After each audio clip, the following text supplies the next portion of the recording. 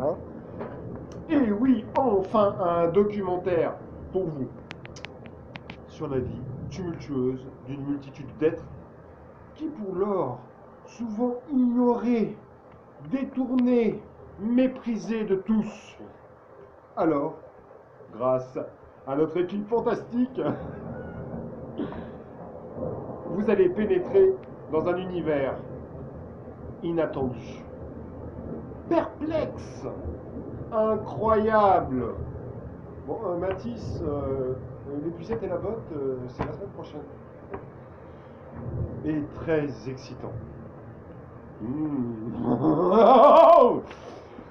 Aujourd'hui, dans cette nouvelle émission normale, la vie, vous allez découvrir la vie incroyable d'une goutte d'eau. La vie d'une goutte d'eau, pas si simple. Sa difficulté à garder son individualité, sa personnalité au niveau d'une flaque, d'une piscine, d'une baignoire, de la mer, imaginez la difficulté par rapport à nous. Quand elle est en groupe, c'est très difficile, comme vous pouvez le remarquer. Pensez à sa lutte permanente pour exister face au soleil, face au feu. Étonnant, non?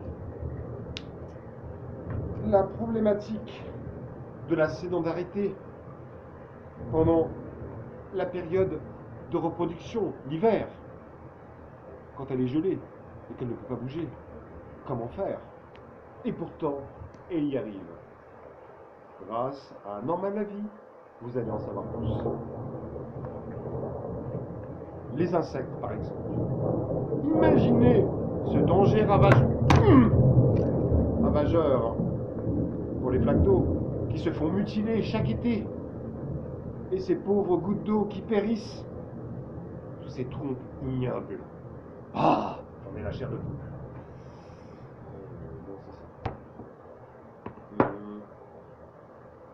Je parlerai maintenant peut-être des points forts de sa vie, car la goutte d'eau a quand même une vie après tout ça.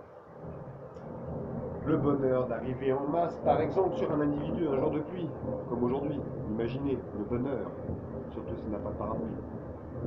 C'est magnifique. Ou alors, un havre de paix pour bactéries, en vacances, l'été, pouvoir regrouper tous ces petits minuscules insectes. Vous imaginez ce bonheur de pouvoir se faire multiplier ces bactéries qui peuvent nuire enfin à cet humain ignoble. Parlons de cet humain ignoble dans mes notes.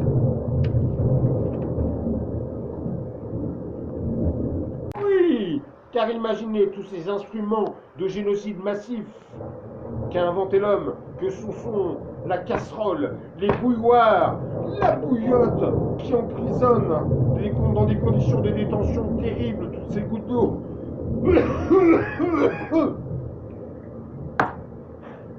Ou alors, encore, moyens de détention terribles que sont les WC, ou des milieux de goût pour regrouper au fond d'une cavité prête à recevoir à tout moment sur la tête des horreurs nauséabondes, carnage horrible que vivent chaque jour dans chaque foyer toutes ces gouttes d'eau. Je m'insurge. Cette tortue en prend conscience, regardez comme elle bouge sa tête. Mais parlons aussi de son courage extraordinaire. Imaginez la force qu'elle a pour dépasser ce vertige énorme quand elle est là, sur son nuage, tranquille, vue magnifique, endroit calme, air pur. Et alors, elle se jette dans le vide, seule, descend des centaines de milliers de mètres à une allure déraisonnable.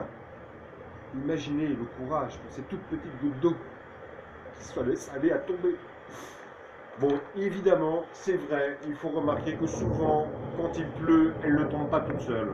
Et par milliers, elles se répandent sur le sol. D'ailleurs, une étude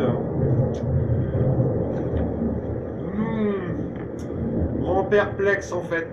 Cette goutte d'eau en fait, qui est capable de se jeter seule et accompagnée de milliers d'autres gouttes d'eau. Pourquoi? Pourquoi? Sont-elles en fait kamikazes, aveugles, courageuses ou sourdes ou muettes peut-être? Des études sont en cours, ainsi que le professeur du litre, expert en langage des signes, nous déclare: grâce à leur calvitie génétique, elles ne connaîtraient pas la peur. Et en effet, elles ne connaîtraient pas la peur du ridicule. Le ridicule, car le ridicule tue.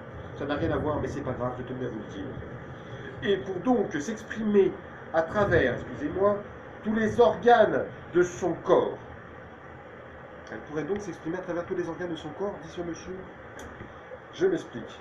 Comment serait-ce possible? Car en même temps, constitué à 99,9% de matière unique, où sont les organes? On peut donc se demander d'où vient ce propos de ce professeur.